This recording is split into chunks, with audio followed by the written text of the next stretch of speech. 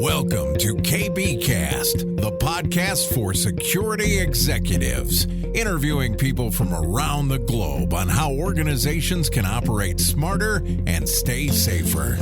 Here's Carissa Breen. I sat down with Mark Luckin from Lockton and we discussed cyber insurance. We spoke about the differences of opinions in the industry of having cyber insurance versus not having cyber insurance at all. Mark gives actionable advice on how to approach this for your organisation and where companies can look to improve their policies with their insurance company. If you're keen to learn more about cybersecurity insurance and Mark's thoughts, then please keep on listening. So, Mark, I've been following you on social media, LinkedIn in particular, which is my main platform.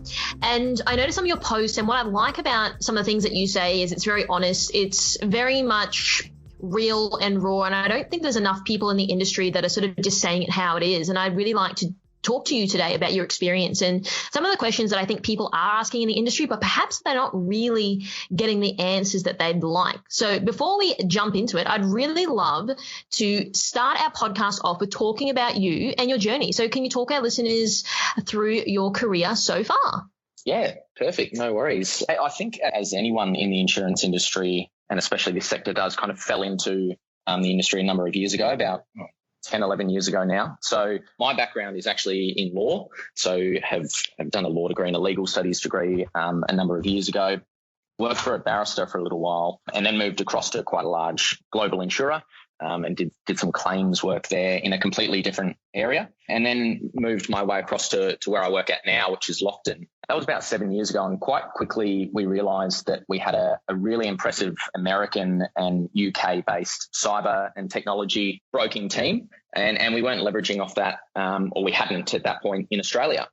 So being kind of one of the younger people working within the organisation, I think there was a bit of an assumption that I might be the best person to leverage off that expertise globally, and so I started to develop and now head up our Australian cyber and technology practice. So I've been doing that for about 5 years now. And that essentially, involves working with clients and prospects around identifying their cyber and privacy risks and exposures, and where required, placing the appropriate insurance to help mitigate their exposure. And I've been doing that, for a number of years now, and absolutely love it, to be honest. I think it's an incredibly interesting area. I get to work with, SMEs to ASX top 100 listed organisations, from, mining companies to hospitals and everything in between.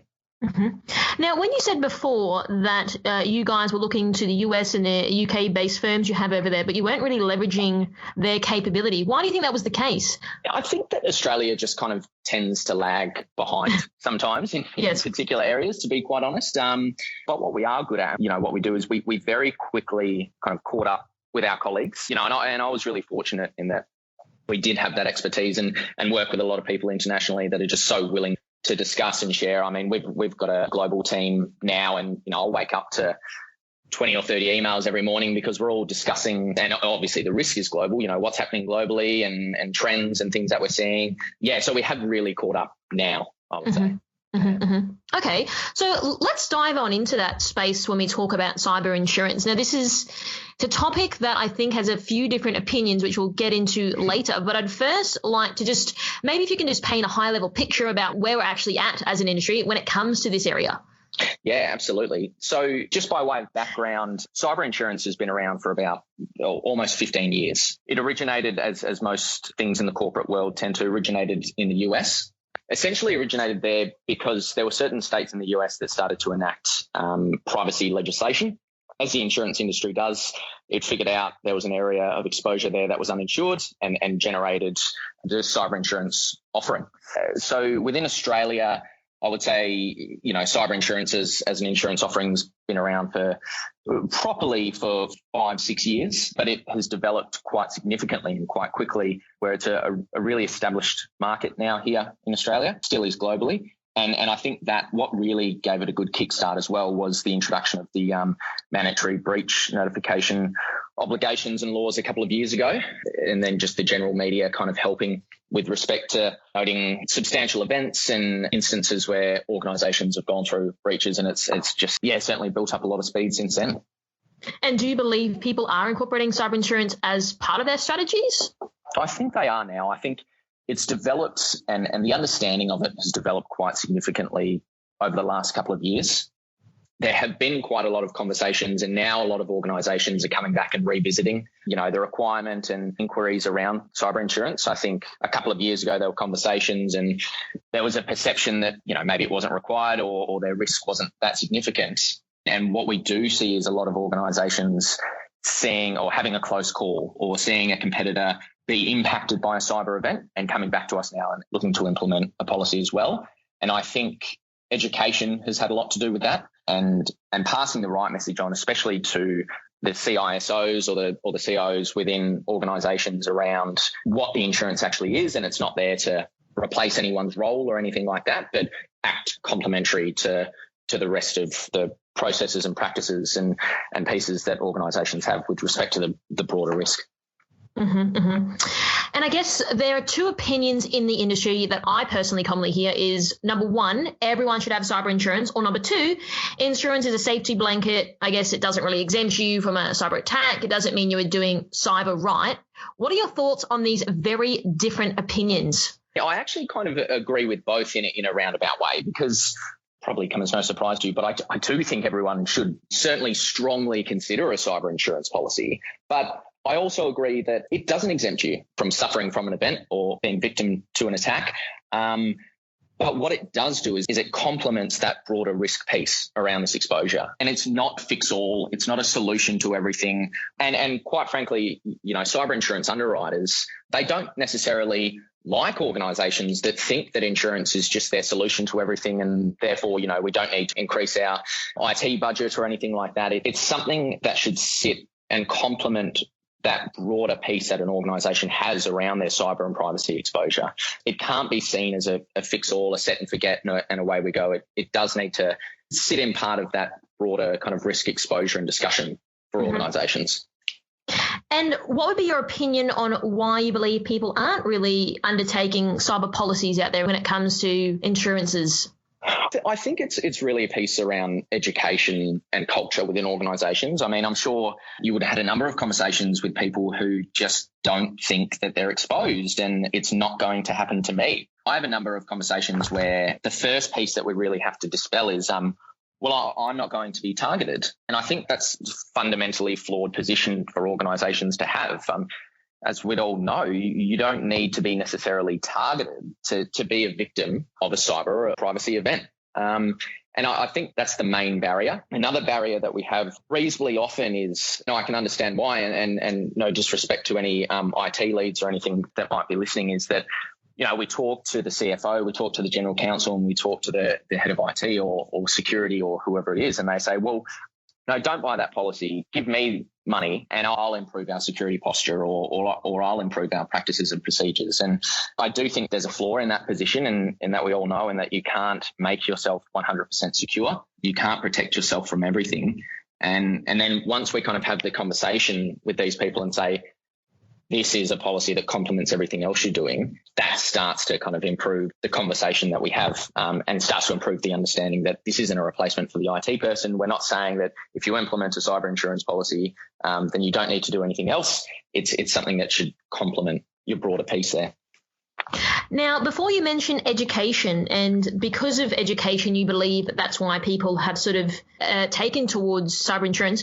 What do you think sort of working well? What can people do more of and perhaps less of? When we speak to education, it needs to be relevant to organisations. And one thing that you and I hopefully I'm not jumping ahead, but we spoke briefly about was fatigue and issues. And I think there's a lot of fatigue in the industry because people are tired of hearing about the same breach notification obligations and things like that. So when we start to make things relevant to an organisation, we start to go on a journey to actually understand what their risk is, then that's where we start to see success in making education relevant to organisation and making the risk relevant to them. Mm-hmm, mm-hmm. So what I'm sort of hearing is, and I agree with you, you said making the content relevant. What I see, and to your point, is that it's kind of like the same record keeps playing and it's like we've kind of moved on from there, and it's people need to almost reinvent how they go about communicating. It could be about insurance, and it could be about something else in the industry. And I think that's what gets people offside, because they've heard the same thing from the same old mates 50 times, and they're not really, I guess, positioning it in a way which is, like you said, relevant, or perhaps they need to change the discourse in which they deliver that content. Would you say that that's a fair assumption? Yeah, I think you're absolutely right. I mean, the broader industry, and I mean the broader cybersecurity, cyber insurance industry, or collectively, I think we're great, but we're flawed at the same time, in that we keep coming back to it. But when the mandatory breach notification obligations came out, I think every lawyer, every insurer, every cybersecurity specialist came out and was doing a podcast or a presentation, and ourselves included. But it gets to a point where we're almost harming ourselves there, because the message just gets tiresome and people start to kind of become wary of it or become disinterested in it. And that's not helpful. So it's all about finding a balance. I think we try not to push an issue too much, but find that right balance in terms of education, but still keeping people engaged. Again, making that message relevant to industry, to particular industry or particular organisations. That's where we find success. And that's where we help everyone. That's where then people become educated but not overwhelmed. In the time that we're recording this podcast, we are sort of still in COVID. Hopefully from an Australian perspective, we're moving out of it. But do you remember online when companies were then moving towards working from home, it was like every second or third person talking about working from home tips? Absolutely. Hashtag WFH. It was. And again, I mean, we have a responsibility. I think anyone within the industry has a responsibility to share tips and whatnot, but not to the point where it's detrimental and people get overwhelmed in getting those messages anymore. Because I think that can be equally as dangerous. Then people start to become a bit flippant and they're not concerned. Finding the balance is very difficult. And obviously we all want to be seen as leaders and educating people and whatnot. How do we find the balance, and how do we not overwhelm and put that fatigue on everyone? Yeah, it's a difficult one. It's very difficult. I think just from our perspective as well, obviously specialising in this space when it comes to communications, I think you can talk about topical, as we call it from a marketing and comms perspective, subjects. But again, it's not doing what everyone else is doing, because it's kind of like the blue ocean strategy. Everyone's swimming in the shark-infested red ocean where everyone's doing the same thing. Oh, the mandatory data breach, join my webinar, my podcast, whatever. Yep. But then you've got to think a little bit outside the box. And I think that that's where the disconnect then begins. Yes, we can talk about things that are relevant, but stop doing it in the way that the last 55 people you've seen online are doing it, because you're not going to be able to differentiate yourself. And I don't know if a lot of people are actually speaking with honesty. I think that they're sort of just following the crowd and the bandwagon of what everyone's doing, but aren't actually taking a step back and thinking, well, how can I actually communicate this? What do I actually believe in? Do I actually believe in this, or am I just trying to follow the crowd? Yeah, I totally agree. And I think that's why we've connected as well, in that I think you have to have a unique approach to things, and you have to have an opinion about things as well, because that's then separating yourself. And I think that's what keeps people engaged, robust discussion and opinion around things. That's what ultimately leads to education. People that look at something and say, oh, that's a bit different, or that's relevant, or, that's interesting, as opposed to another mandatory breach notification thing, or another, whatever else it is. That's what leads to fatigue. I absolutely agree with you. Let's talk about your advice to companies and how they can go about implementing cyber insurance to their already overwhelming to-do list. If you ever speak to anyone super senior or perhaps working across multiple divisions, they almost seem like a deer in the headlights. They're overwhelmed, they're frantic, they've always got someone coming to them about something, and their list never ends. What can you sort of say to them now that perhaps might get them to think about insurance differently, but not make them feel overwhelmed and perhaps sort of turn this whole episode off?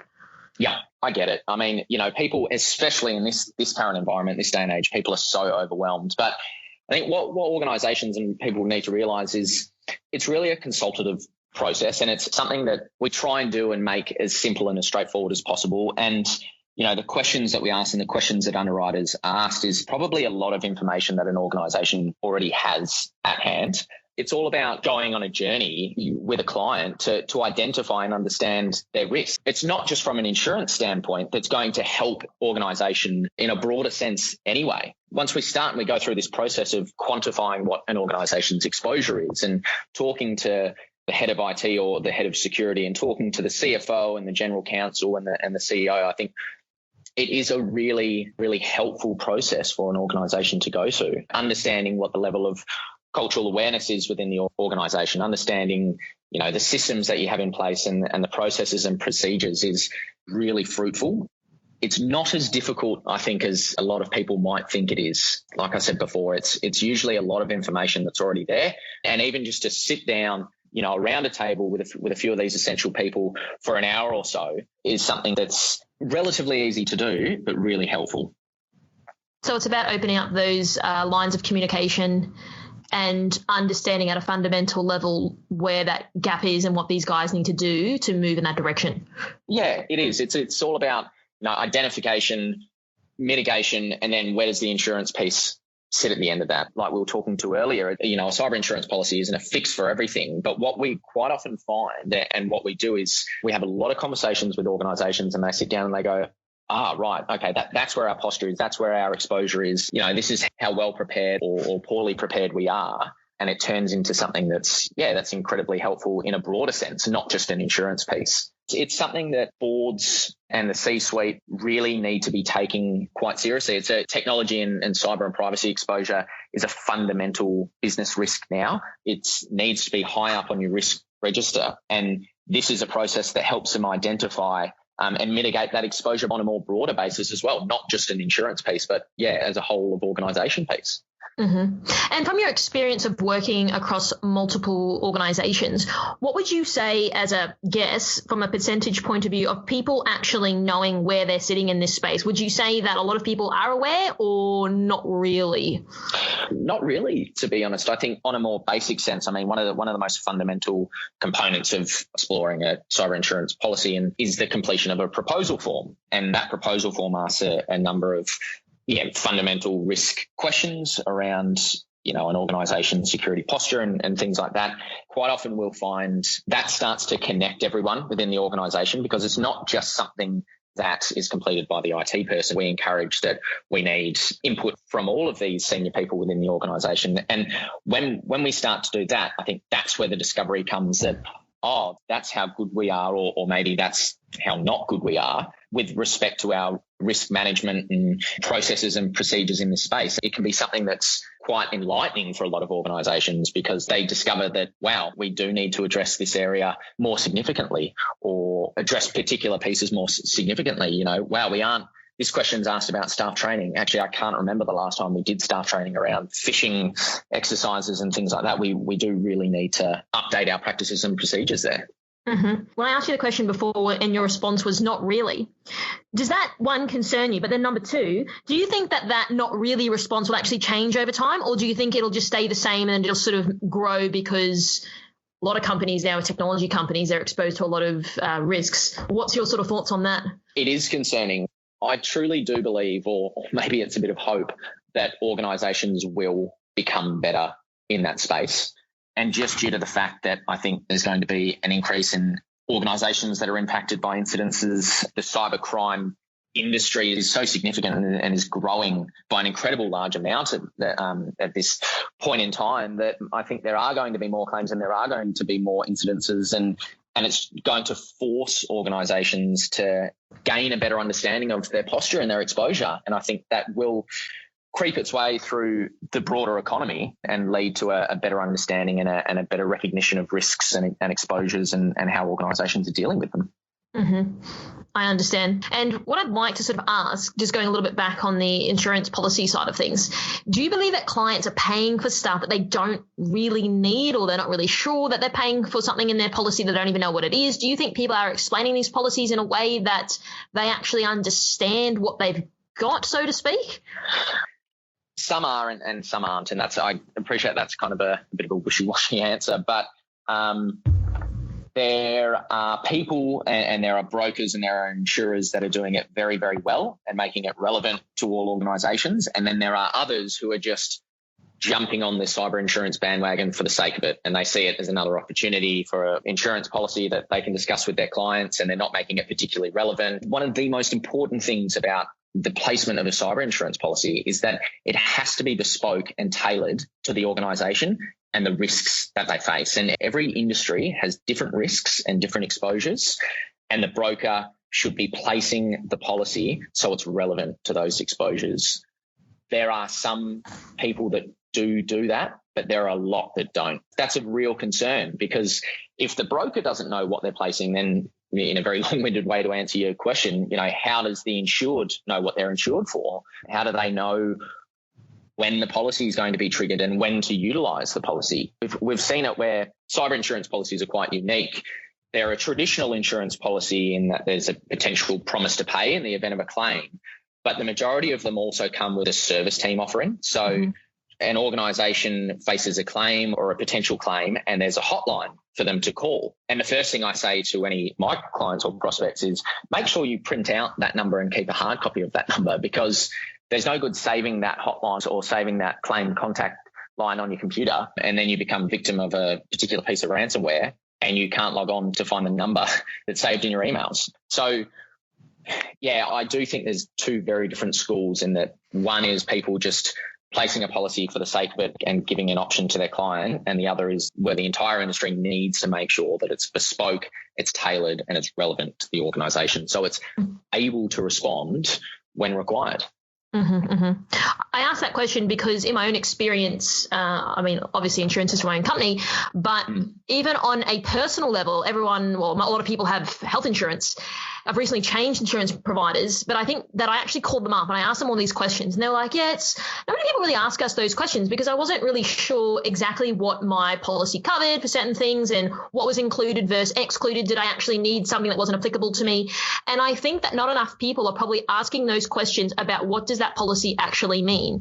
And I think when you start to ask it on a personal level, then hopefully that can then transfer into what you're doing in your business, because there's no real point not understanding what you're paying for if you're covered by something, and then perhaps to say, oh, well, we've been breached. Oh, well, actually, that's not covered in your policy. That's probably the last thing that you want. And I have heard of cases where that's been the case. Yeah, so have I. I think one of the most fundamental and important things that you can do is do some scenario testing with an organisation. What are your concerns? Well, we're concerned about being targeted with a particular piece of ransomware or something like that. Okay, perfect. In that instance, this is how a policy would respond. We engage IT forensics. We engage legal with respect to any notification obligations you might have. We engage the ransomware negotiators. Do we pay the ransom? Do we not pay the ransom? Have your backups been compromised as well? When we start to talk through those particular scenarios, I think that's what gives a lot of organisations an understanding, and they say, right, okay. Common question that we have is, but will it cover us if an employee either unintentionally clicks on a link, or whether an employee maliciously does something to the organisation? We might let them go and they decide to somehow they have access and they can wipe the whole server or whatever it is. And the answer is yes to most of the policies that we implement. Employee cover for intentional or unintentional acts is incredibly important and always afforded. And then when you start to have that conversation then and this scenario testing, that's what gives organisations a better understanding of what they are and aren't covered for. But also to that point, in that I think there's a lot of crossover and a lot of misunderstanding around crime cover and cyber insurance cover and social engineering fraud and invoices being changed or people getting emails from, inverted commas, the CEO to make a quick payment and things like that. That's a piece that really needs to be discussed in quite significantly with organisations to give them an understanding of how and where a cyber insurance policy responds and how and where a crime policy responds as well. What would be your approach for customers moving forward on how they should be developing their risk mitigation plans? Identifying and understanding your risk. So sit down, your broker, and like I said before, I think the round table approach works really well. Bring in any relevant third parties that we might want to engage and quantify your exposure that might arise out of a cyber or privacy event. So understand cultural awareness within the organisation, understand the systems and processes that you have in place, and start to run through your own kind of scenario testing of how long can we afford to be down, what backups and practices and procedures do we have in place, how would we manage this if we had a critical event, and start to build that out and engage all of the relevant people within the organisation to gain a better understanding, and then work the insurance piece into there. Like I was saying before, the insurance piece is not a solution for everything, but it complements that broader kind of risk landscape with respect to cyber and privacy exposure. Okay, well, Mark, thank you so much for your time, your knowledge on cyber insurance, because it's an area that we have not yet covered. And I know that people have been asking these types of questions in the industry. If people want to reach out to you in regards to perhaps asking you a question that I didn't ask you, or are keen to learn more about cyber insurance, how can they go about getting in contact with you? Yeah, either through LinkedIn or just direct through my email address, which is mark.luckin@au.lockton.com. Like I said, I will talk for days on this subject. So if anyone wants to reach out and have a chat or has a query or anything like that, please do. Happy to have a discussion with anyone anytime. Well, really appreciate it. And it's so glad to hear that you are the person that people should be talking to when it comes to cyber insurance. I appreciate it. Thanks very much. Thanks for tuning in. As always, we hope you got some new ideas or ways of thinking from this episode. And remember, you can always reach out to our guests if you do have more questions. Don't forget to subscribe to this podcast, and we always love to hear your feedback. So leave a review on iTunes and we might just give you a shout out on a future episode. You can find me on LinkedIn as well as on @IamCarissaBreen on Twitter and Instagram. And if you'd like to know more about how we help tech companies, check out carissabreenindustries.com. Until next time, stay safer.